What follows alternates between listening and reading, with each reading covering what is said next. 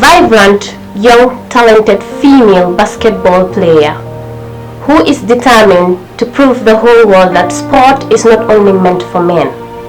Likewise, women can take part in any kind of game they are interested in, despite their appearance. What's more fascinating about her is that she is a hijabi, which is rarely seen. Now, hello and welcome to Afri TV Spotlight Show. My name is Mariama Kamara, your host. To enjoy more about this Spotlight Show, kindly join me to welcome Bintou, known as the Bala Hijabi. Thank you so much for having me on this beautiful platform, and I hope a successful one. Bintou, kindly tell us your personal background and journey. Well, it was a huge background for me. I started back in Central West, though I was involved in sports. I started playing football. I played for the school team Central West. Back then, from there I moved to the interior team and then to the under 17, which I trained with them after just for 1 week.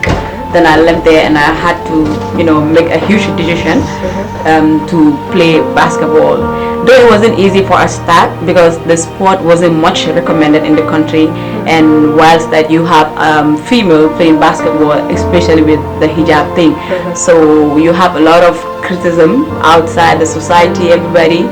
But then this is something that people are doing outside. It's just that the African concept was, delaying things. But then I had to just focus on what I had to do, because even outside they were doing it, but it was hard for them. But then the more you stick on what you do, the more you gain, or the more you have a positive outcome.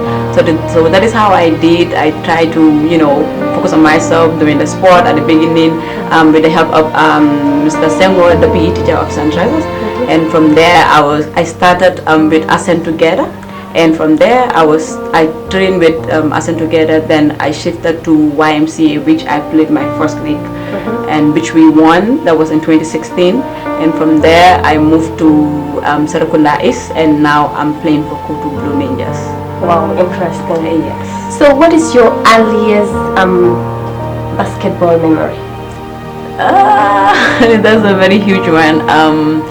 Well, I think there is this time whereby Ascent Together, that was this time they promised us that we will be wearing Nike from here, everywhere. I was everywhere, head to toe from. So at the end of the day, we didn't get it, and we had to complain. Ida, Alassane, and other players out there. We had to complain. We are like, okay, this organization came here and they had to promise us that we should be wearing Nike up top to bottom. I know that was a source of encouragement just for us to focus on basketball, but then they had to fulfill those encouragement. So that's just fun for me. Like, yeah.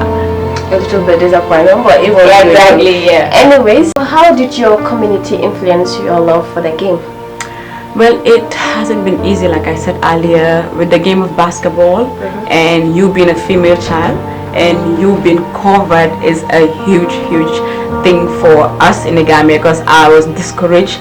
Even my own father is not in support of what I do, but thank God I have a very supportive mom who was there for me, encouraging me.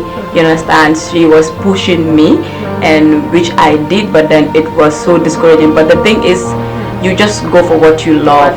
You just go and do what you do positively without hurting anybody, and enjoy the outcome of it, and that's it. MashaAllah. Yeah. So Bintou, kindly tell us more how you firstly involved in basketball.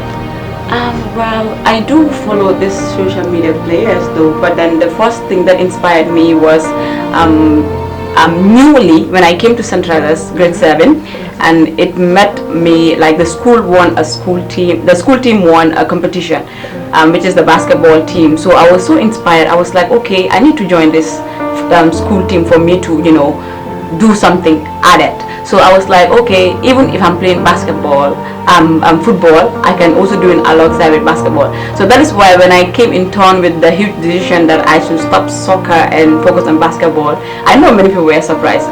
But then this is how everything started. My twinnie that I call, who is Ida Sani, she was part of that team. So it also encourages me more, and until today, still now we're all playing together. Did you have a basketball idol growing up? Oh yes, I do.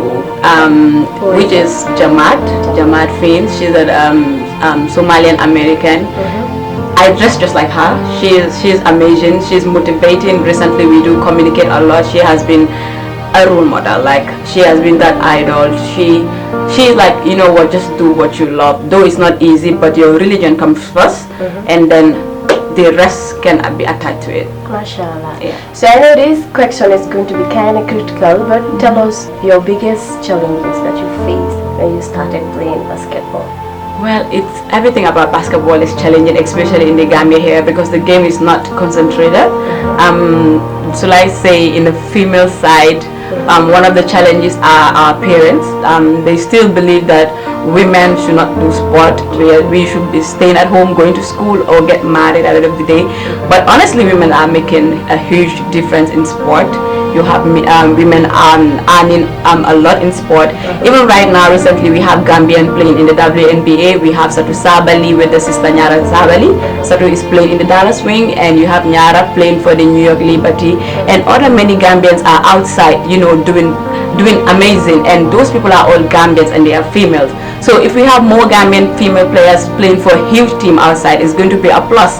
Obviously, if we are bringing a positive income when it comes to the female sport-wise, parents will be, you know, delighted to leave their female girl child to, you know, be involved in sports. So I think that is one of the challenges that parents should, you know, try and motivate these beautiful kids, because hey, these kids are very talented. Like, they are very smart. I also do deal with kids, which is the Ascent Together Gambia Centralers. I deal with them, and I know what and I know their capabilities.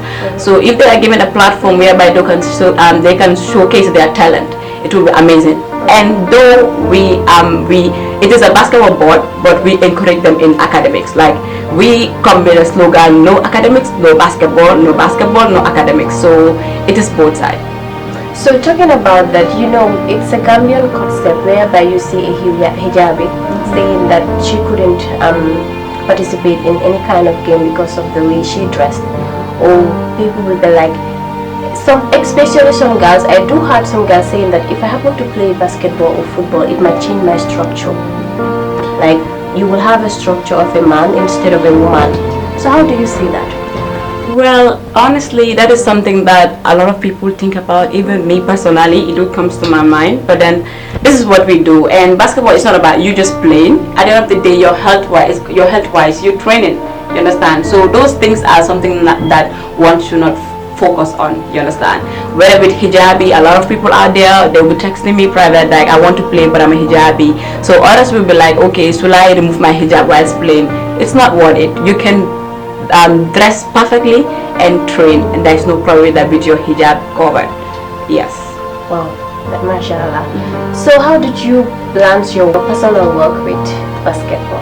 It's not easy, though. I recently working with Payless as air ticketing personnel and also a secretary, and being a national team player and also playing for Koto Blue Ninjas. It's not easy.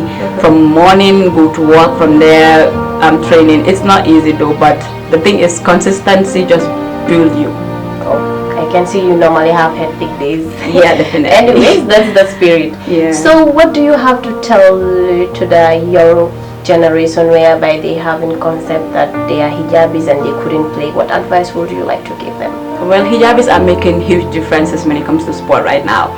You can go on Instagram and click Jamaat. You can search on Jamaat Fin. You can search on Batuli Kamara, the likes of Bilkis Abdul Kadri. They are all hijab players, and many of them are outside there. So a lot of people will stop me on the highway. They're like, you inspired me, the way you dress, the way you. They can also do the same. But the thing is, you do it for the sake of God. Do it for the sake of Allah, because this is religion wise. It's not about she does it, you have to do it. When it comes to hijabi, it's not about she looks cute in it, I have to do it. You do it for Allah's sake, and whatever follows, then it is what it is. Good, that's it. Thank you so much. It is a wonderful conversation. Yeah. I really enjoyed it. Thank you so much for having me on this platform. You're welcome.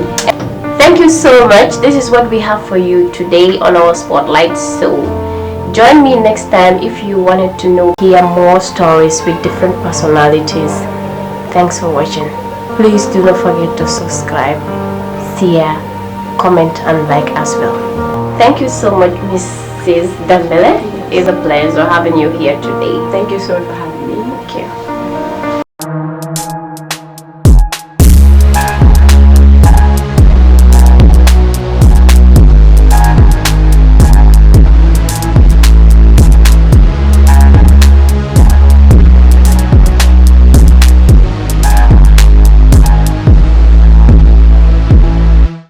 Please share, like and subscribe to our channel on Facebook, YouTube, Instagram and TikTok. Thank you. Yay!